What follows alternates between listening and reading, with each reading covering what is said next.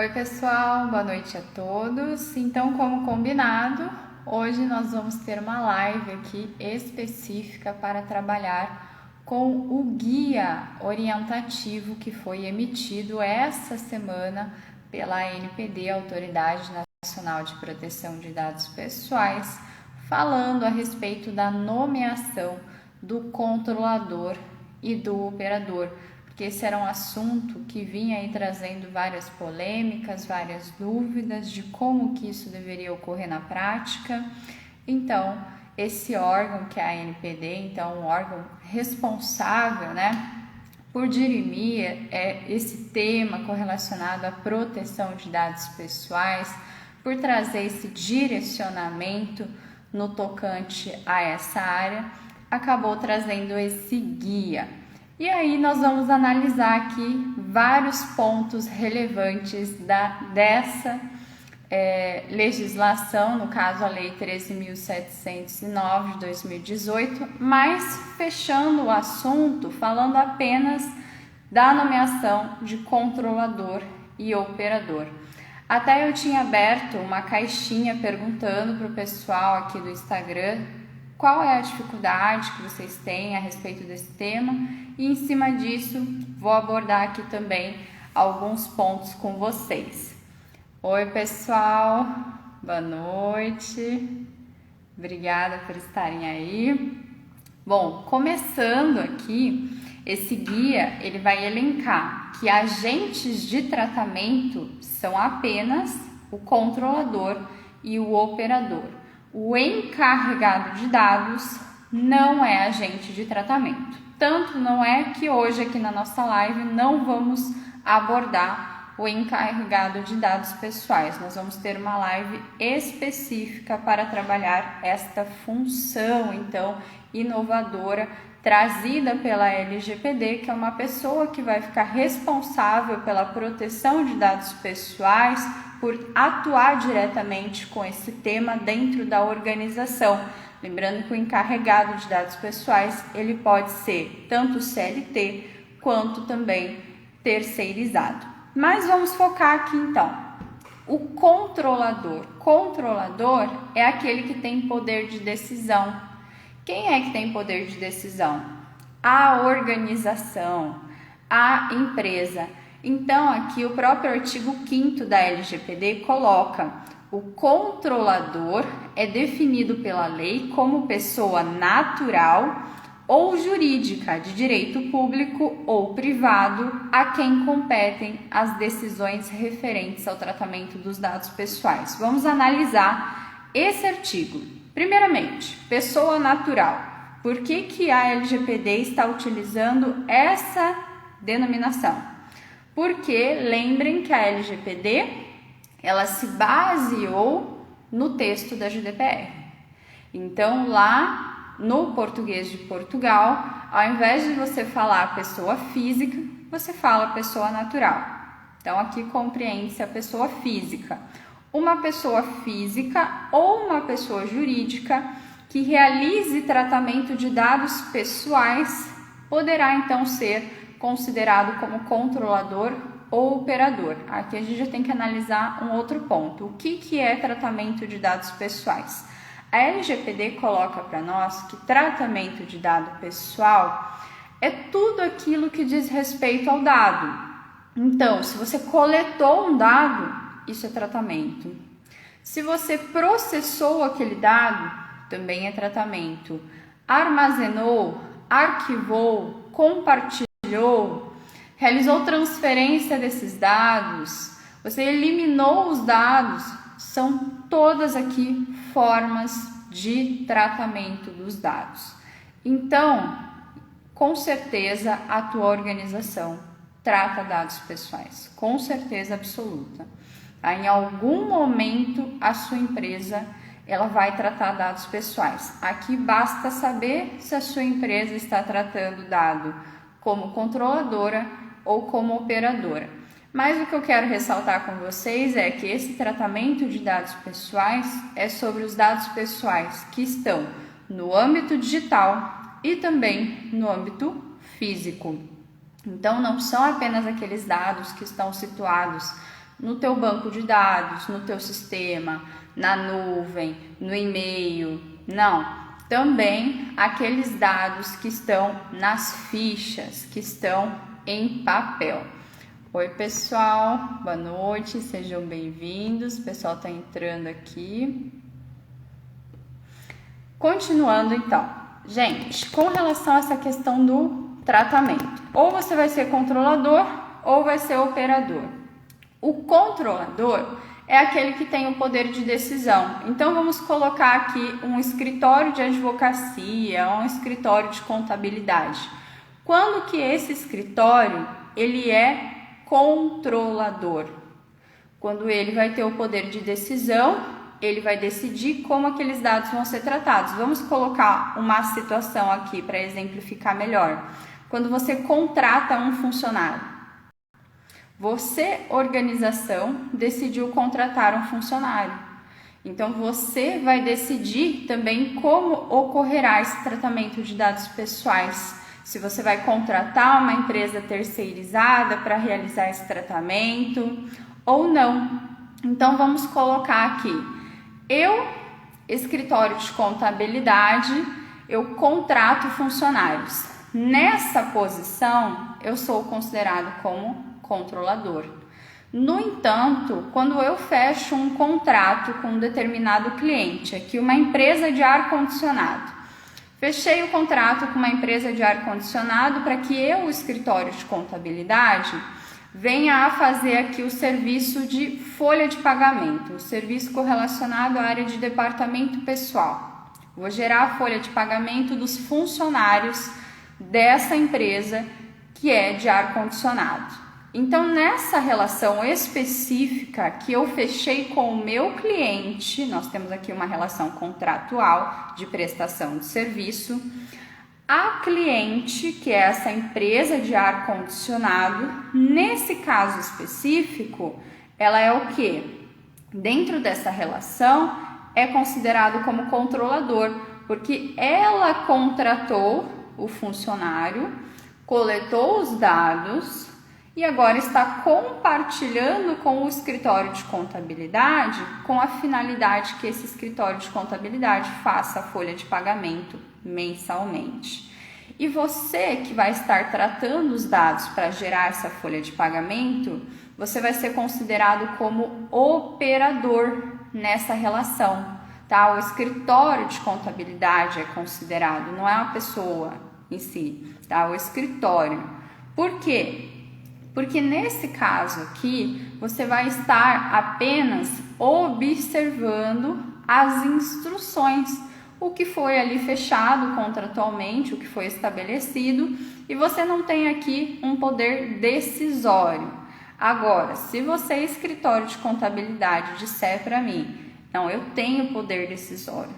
Então, aqui nós estamos falando não de controlador e operador, mas de dois controladores, tá? Tem que tomar muito cuidado com isso. A partir do momento que você passa a ter esse poder decisório, a tua responsabilidade também aumenta, porque você deixa de ser operador para ser aqui um co-controlador.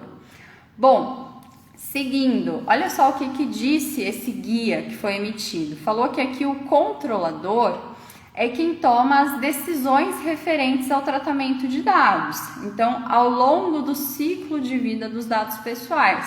Lembrando que é muito importante a gente compreender a atividade da empresa, realmente conseguir delinear como que o dado pessoal ele tramita dentro da minha organização, qual que é o ciclo de vida desse dado, em que momento ele é coletado, de que forma, em qual área, em qual pasta que esse dado ele fica ali armazenado, ele é compartilhado dentro da empresa com outros setores, é compartilhado com parceiros, com empresas terceirizadas, com qual finalidade? Eu informei isso ao meu titular de dados?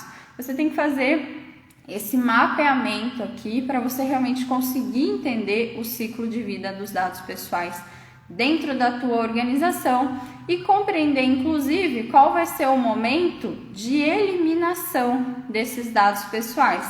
Porque a LGPD traz para nós que não tem mais aquela questão de que eu vou ficar com os dados ad eternum e eu decido o que eu vou fazer com esses dados, faço o que eu quiser uma vez que eu coletei. Não, não é assim que funciona. A LGPD, ela fala aqui que o controlador, ele tem que definir finalidades específicas para o tratamento dos dados pessoais.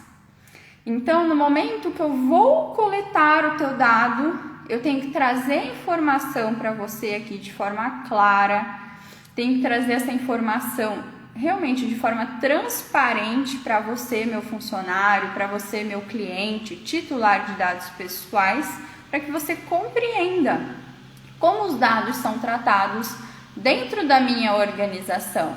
E com isso, a empresa vai estar aqui respeitando o que a gente chama de o quê? Autodeterminação informativa. Todos nós, titulares de dados, nós temos o direito de saber como os nossos dados são tratados. Inclusive, lá no artigo 18 da LGPD, um dos direitos que os titulares de dados possuem é o quê? De acesso aos dados pessoais que estão sendo tratados, mas também de você confirmar se uma determinada organização está tratando o seu dado ou não. Como assim confirmar, Bianca? Vamos dizer que um determinado dia você recebe uma ligação. Recebeu a ligação da empresa, você fala, olha, mas como que você conseguiu o meu dado? E aí a pessoa simplesmente desliga, mas você sabe qual que é a organização. Então você tenta entrar em contato com ela, exercendo esse teu direito, que é de confirmar o tratamento. O que está dentro disso?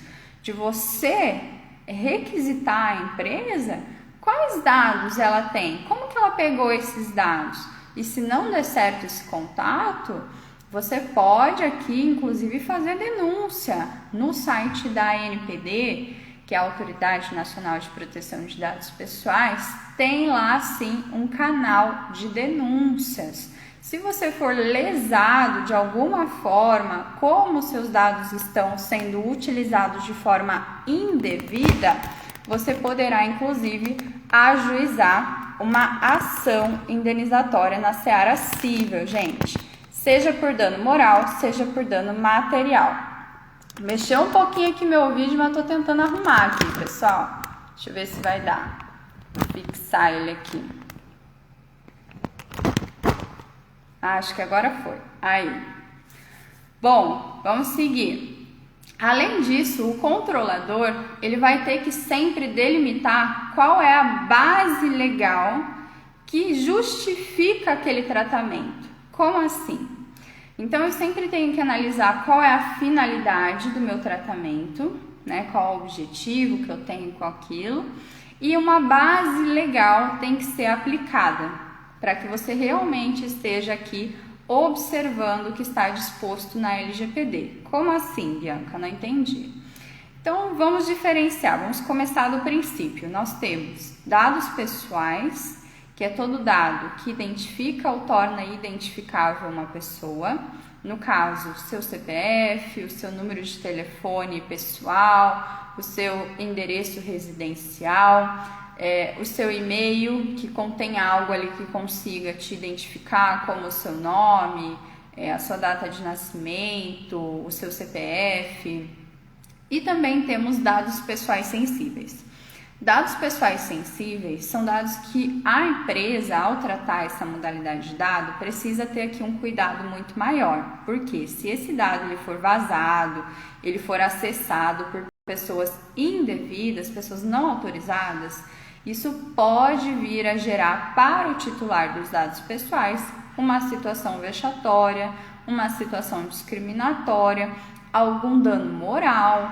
Então, dado pessoal sensível é o teu dado de saúde, dado relacionado à sua etnia, raça, orientação sexual, filiação a sindicato, filiação a alguma entidade religiosa, filosófica, a sua biometria.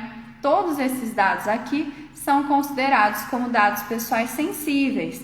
E como que isso pode gerar um dano? Pensa o seguinte: Quando a Marília Mendonça teve lá o seu dado vazado de que ela estava grávida, vazou o exame dela, ela se sentiu lesada, porque era algo que ela queria ter o poder de escolher quando ela iria compartilhar essa informação com a família, quando ela iria compartilhar essa informação tão íntima dela, um dado de saúde dela, com o público. Ela deveria ter esse direito garantido e não teve, né? Foi vazado aqui essa informação. Nesse caso, ela poderia o quê? Ajuizar uma ação contra o laboratório que aí permitiu, né, que ocorresse esse vazamento. Então, nessas circunstâncias, nós temos dado pessoal sensível. E nós temos bases legais que autorizam o tratamento. Quando a gente fala de dado pessoal, nós temos o artigo 7º da LGPD, que traz 10 tipos de bases legais. Consentimento, gente, é apenas uma delas. Nós temos outras bases, como proteção à vida, tutela à saúde, cumprimento de obrigação legal, proteção de crédito, legítimo interesse. Temos várias possibilidades. Então, você sempre vai ter que analisar qual se encaixa melhor para o tratamento daquele dado com aquela finalidade específica. Vou trazer aqui um exemplo. Quando a gente fala aqui de um funcionário, tá? Você está no processo de admissão de um novo funcionário para a sua empresa. Nesse processo de admissão, você vai ter que coletar vários dados. E olha só, quando você fala de plano de saúde, plano odontológico, previdência privada, que são benefícios que a empresa concede ao funcionário e que o funcionário ele tem aqui esse poder de decisão, esse poder de escolha, se ele quer ou não usufruir daquele determinado benefício. Então, nessa situação específica, o que acontece? Você vai ter que basear o tratamento dos dados pessoais que serão coletados para que ele usufrua desse benefício com base no consentimento, porque fica a critério dele essa escolha, tá? Então, para o plano odontológico vai ser um termo de consentimento, para o plano de saúde será outro. Lembrando também que quando a gente fala do funcionário, ele está dando consentimento para o tratamento dos dados dele.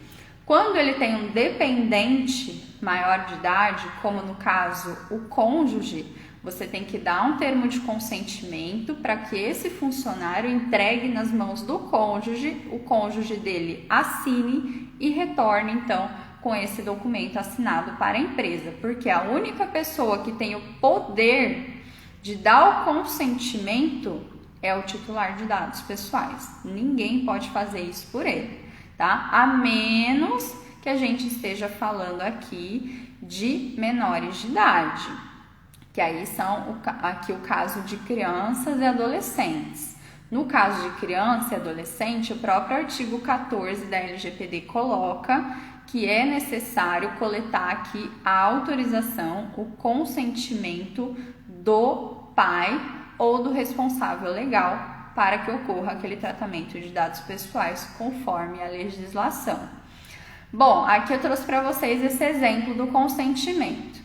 E agora, quando a gente fala de dado pessoal sensível, nós temos outras bases legais a serem aplicadas.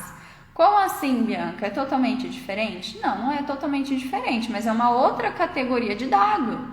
Então, você tem que utilizar aqui outra base de tratamento. Temos o consentimento? Também temos aqui o consentimento, tá? Mas nós temos aqui no caso duas circunstâncias. Nesse primeiro momento, quando você, empresa, simplesmente pegou dados pessoais que autorizavam então que esse funcionário contratasse com o plano de saúde que é parceiro da empresa. Tudo bem, aqui você baseou no artigo 7º, inciso 1º, consentimento tratando apenas dados pessoais. Agora, quando a empresa de plano de saúde for aqui coletar dados, é outra circunstância. Porque geralmente, em algum momento, ela vai coletar dado do pessoal sensível. E aí ela vai ter que analisar qual é a finalidade para ver qual é a base legal que vai se enquadrar melhor naquela circunstância, tá? Quando a gente fala de dados pessoais sensíveis, nós temos aqui a possibilidade de você tratar dado com base no consentimento, com base na proteção à vida. Proteção à vida é quando você tem uma urgência. Você tem uma urgência para conseguir ali realmente trazer uma proteção à incolumidade daquela pessoa que, digamos assim, está infartando naquele momento. Então, você vai olhar os dados que estão ali presentes na carteira, na bolsa, no celular, mas com qual finalidade? De você ver, às vezes, a pessoa que já tem uma determinada doença pode ter uma carteirinha específica dentro da carteira dela identificando isso, tá? Às vezes tem pessoas que andam com um termo dentro da carteira falando qual que é o tipo sanguíneo. Isso ajuda muito se acontecer alguma circunstância com ela, tá? E isso é um dado pessoal sensível. Você vai tratar com que base? Proteção à vida. Totalmente diferente de tutela da saúde. A tutela da saúde, o que é? Tutela da saúde só vai poder ser utilizada essa base legal por quem é realmente da área da saúde. Então, um médico, um enfermeiro, um fisioterapeuta, um dentista, quando ele for tratar dados pessoais sensíveis daquele determinado paciente, ele pode justificar aqui, pode acabar utilizando a base da tutela da saúde, mas só é aplicada realmente para quem? Para quem é o profissional da saúde. Então, o hospital não é profissional da saúde.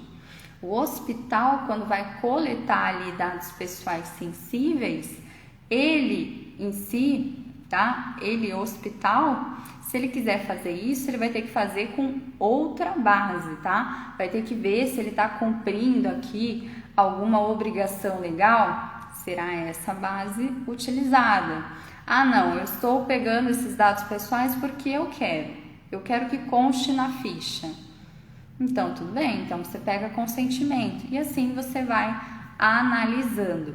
É interessante só destacar que quando a gente fala de dado pessoal sensível, não vai poder ser tratado dado pessoal sensível utilizando a base legal do legítimo interesse. Por quê? Porque o legítimo interesse é uma base legal aqui um tanto complicada. Ela tem algumas circunstâncias que devem ser analisadas para que você aplique. Primeiramente, a gente tem aquela questão do sopesamento, de você realmente analisar, você como empresa, se você tem um interesse legítimo e se o seu cliente, no caso, a pessoa que você quer tratar os dados pessoais sensíveis, se ela tem uma legítima expectativa de que os dados dela sejam tratados para aquela finalidade. Outra coisa, você não pode, para utilizar o legítimo interesse, ferir direitos fundamentais e liberdades do indivíduo. Você não pode trabalhar com dado pessoal sensível. Você tem que ter ali uma circunstância atual e realmente eminente, não pode ser algo futuro, que você está pensando em tratar o dado lá na frente, quem sabe, não. Tem que ser algo que realmente é concreto, que é para hoje, que é realmente com uma finalidade específica. Então, assim, o legítimo interesse, depois até vou fazer uma outra live com vocês para a gente ver algumas perguntinhas que são essenciais na hora da gente fazer um sopesamento, se a gente aplica a base do legítimo interesse ou não. Mas agora vocês já sabem que para dado pessoal sensível não é aplicada essa base. Bom, seguindo aqui, também o controlador ele vai ter que observar toda a LGPD para quê? Para cumprir os direitos dos titulares, que são então aqueles direitos que estão previstos no artigo 18. Eu sei que eu já comentei aqui alguns, vou falar outros, tá? Você, como titular de dados pessoais, você tem aqui alguns direitos previstos não apenas no artigo 18, mas também em outros artigos da LGPD, como de você pedir a alteração de um determinado dado pessoal seu, isso é a retificação, ou então se você quer aqui a eliminação daquele determinado dado. Claro que o pedido de eliminação, ele não é simples, gente. Não é simplesmente eu chegar na empresa e falar, olha, elimina meus dados. A empresa ela vai ter um prazo para te responder, para te dar esse retorno, e ela tem que ver se realmente é possível essa eliminação. Tem determinadas circunstâncias que não é possível. Vamos analisar aqui o caso de um empregado, tá? O empregado, ele acabou de sair da empresa. Saiu da empresa, a empresa vai manter esses dados do empregado por 2 anos. Por quê? Porque durante aqueles 2 anos, o empregado ele pode vir aqui ajuizar uma ação judicial contra aquela determinada empresa. Então, a empresa ela pode sim guardar os dados por esse prazo. E daí, passando esse prazo de 2 anos, a empresa ela pode guardar dados pessoais do funcionário por mais tempo? Pode. Por quê? Sempre baseado aqui em uma base legal. Então, nós podemos utilizar o legítimo interesse da empresa para guardar dados históricos, como, por exemplo, uma determinada foto que foi tirada em um evento, o evento de 20 anos da empresa. Você justifica no legítimo interesse por uma questão de historicidade da empresa. Agora, por que eu vou ter que guardar o dado do FGTS? Que você tem obrigação legal, você tem que guardar por 30 anos. Então, você tem que ter uma tabela como empresa para que você consiga enxergar quais dados você tem obrigação de manter, quais dados você deseja manter e se esses dados que você deseja manter armazenados, arquivados na tua empresa, você tem finalidade e você tem base legal que te autoriza para isso. Se você não tiver, você vai ter que eliminar. Então, tem que fazer essa análise aqui. Bom, vamos seguindo aqui analisando então a questão do guia. E uma questão interessante que surgiu, pessoal, é o seguinte, com relação à parte que diz que as pessoas jurídicas de direito privado, elas podem ser controladoras. E aí surge um pouquinho de dúvida, mas o que é uma pessoa jurídica de direito privado? O que pode ser considerado para a LGPD? E aqui o próprio guia trouxe para nós. Todas as entidades sem fins lucrativos, como as associações, fundações, organizações religiosas, sindicatos e partidos políticos, são considerados como pessoas jurídicas de direito privado, gente, e realizam tratamento de dados pessoais. Então, sim, tem que estar adequadas à LGPD, por mais que não tenha aqui um cunho econômico. E aqui as entidades com fins lucrativos, como as sociedades empresárias ou simples, as cooperativas e a EIRELI. Então, tá bem claro, não tem escapatório, tá? As exceções de quando não será aplicado a LGPD estão previstas lá no artigo 4º, tá? Inclusive, eu vou acabar comentando um pouquinho a respeito do artigo 4º na live de terça-feira, que vai ocorrer com o professor Douglas, que a gente vai falar das investigações criminais, tá? Então, não percam, 6 horas da tarde. E aqui, o nosso guia, ele ainda traz a seguinte questão, que muitas pessoas acabam esquecendo quando a gente vai usar aqui, vai aplicar a LGPD. A LGPD, ela não é aplicada apenas para as pessoas jurídicas de direito privado, mas também para as pessoas jurídicas de direito público. Então, sim, os órgãos também terão que se adequar, tá? Nós já temos alguns órgãos públicos que vêm realmente representando nessa questão de dar exemplo no processo de adequação, mas temos alguns órgãos que ainda estão trabalhando com a adequação à LGPD de forma muito paulatina.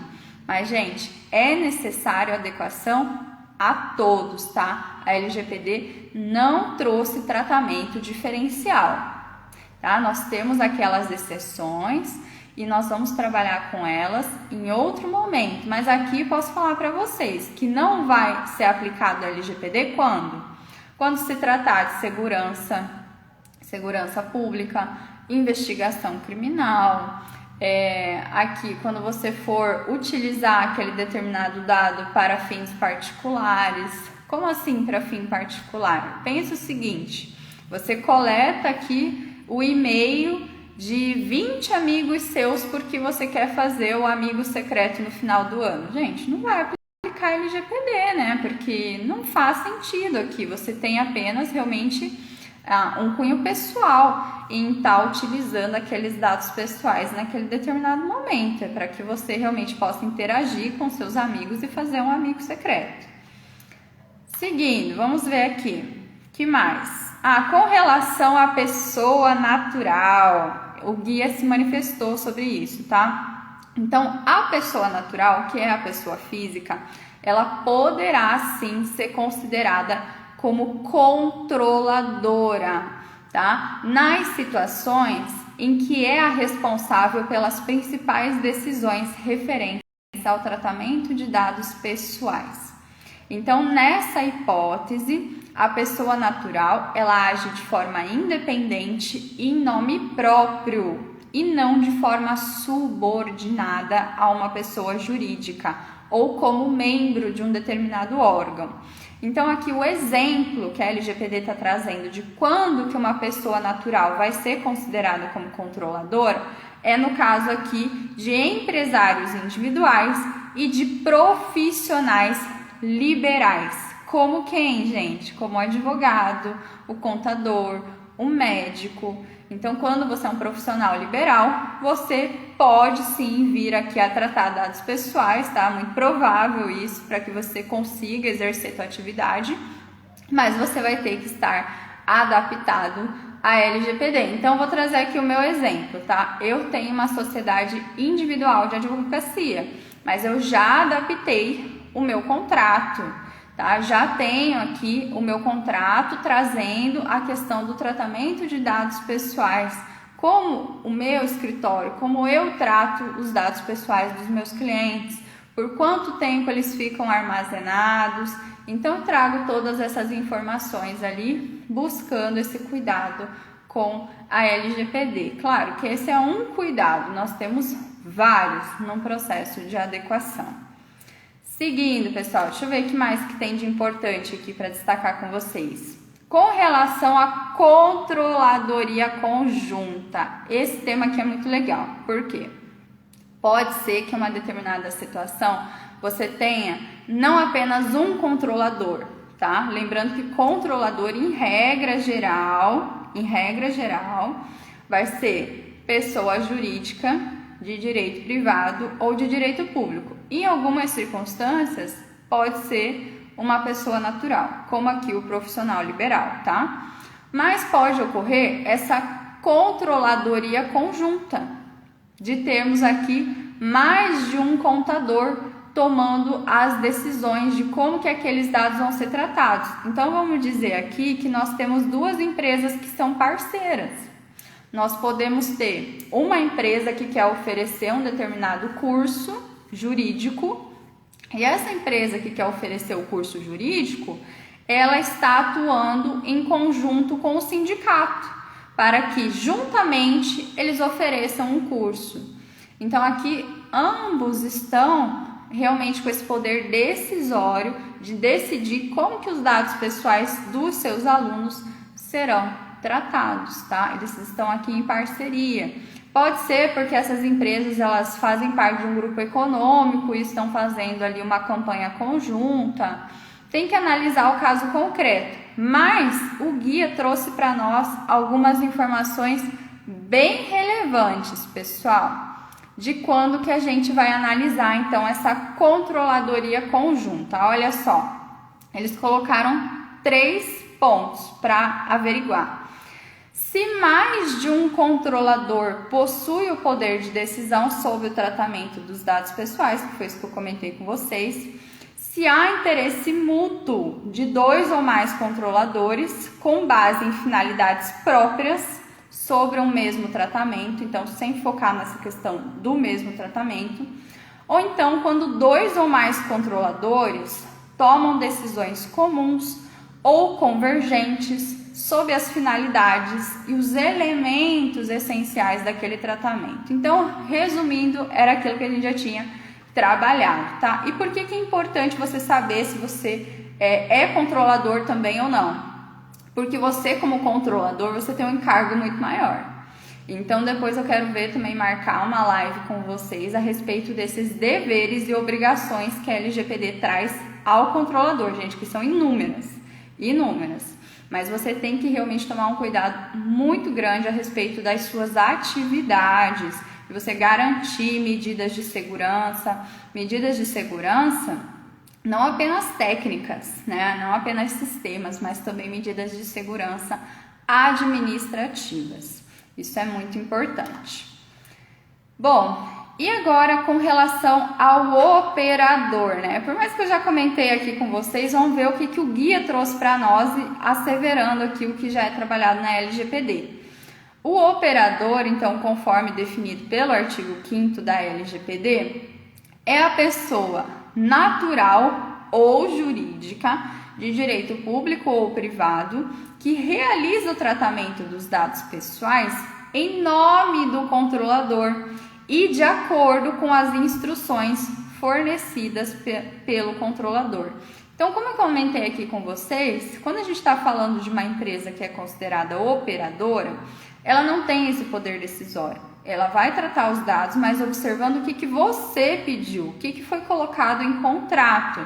Então, quando, digamos aqui, um escritório de advocacia, ele contrata um escritório de contabilidade terceirizado, quando ele contrata um escritório para fazer a publicidade dele, ou então para fazer o marketing, uma empresa terceirizada de TI, essas empresas vão exercer aí atividades que muitas vezes vão acabar envolvendo o acesso a dados pessoais, seja dos funcionários desse escritório de advocacia ou seja dos clientes, para realmente poder fazer a prestação de serviço. E nesse caso, eles vão ser considerados como operadores, porque eles simplesmente vão estar seguindo as instruções, o que foi passado pelo escritório de advocacia, o que o escritório deseja que eles façam com aqueles dados. Então, aqui, pessoal, se por acaso o escritório de contabilidade ou então o escritório de marketing ele passar a decidir, passar a tomar as decisões, aí nós vamos ter co-controlador, tá? Vamos ter o controlador, que é o escritório da advocacia, e mais aqui o co-controlador. Só que isso traz para a empresa que está exercendo essa co-controladoria um encargo muito maior, uma responsabilidade muito maior. Inclusive aqui se acontecer algum dano ao titular de dados pessoais. Bom, vamos ver. E aqui super importante, o guia, ele se manifestou falando sobre o suboperador. O que é um suboperador, gente? É quando você, escritório de advocacia, contratou um operador, um escritório de contabilidade, para fazer a folha de pagamento para você dos funcionários mensalmente. No entanto, esse escritório de contabilidade, ele vai lá e contrata um suboperador. Então, ele pode contratar aqui um escritório unipessoal de contabilidade que vai dar um apoio para ele nesta prestação de serviço. Então, aqui a gente já não está mais falando apenas em controlador e operador. A gente tem a figura do suboperador.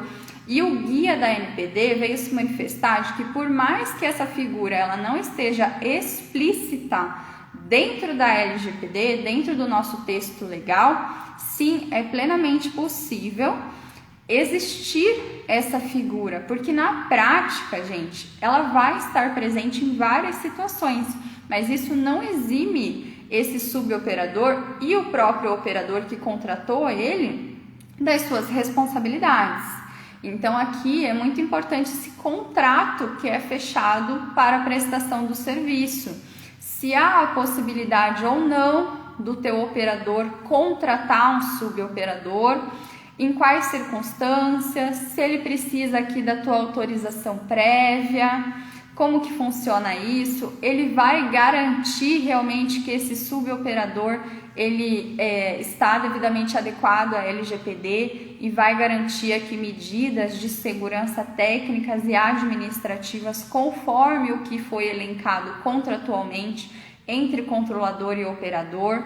Você tem que garantir aqui várias coisas, tá, gente? Tem uma preocupação bem grande com esse tipo de contrato. Seguindo, pessoal, vamos ver o que mais que tem aqui para a gente trabalhar. Super importante essa manifestação. Não são considerados controladores ou operadores aqueles indivíduos que estão trabalhando de forma subordinada, tais como os funcionários, servidores públicos ou equipes de uma organização, porque estão atuando sob o poder diretivo do agente de tratamento.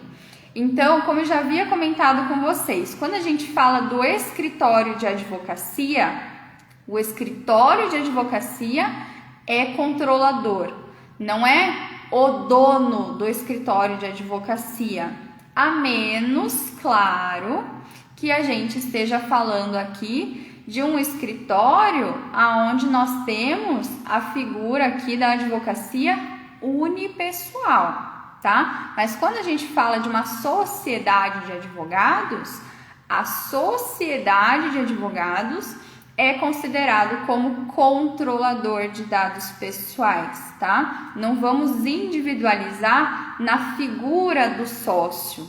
Então, isso que não pode ocorrer. E também não vamos considerar aqui o funcionário como um controlador, como um operador. Por quê? Porque esse funcionário, ele simplesmente está seguindo ordens, ele é uma pessoa subordinada. Assim como também o guia fez questão aqui de colocar que dentro dos órgãos públicos, os servidores públicos não são operadores, não são, tá? Então tem que realmente haver essa compreensão de quem é o operador e quem é aqui o controlador.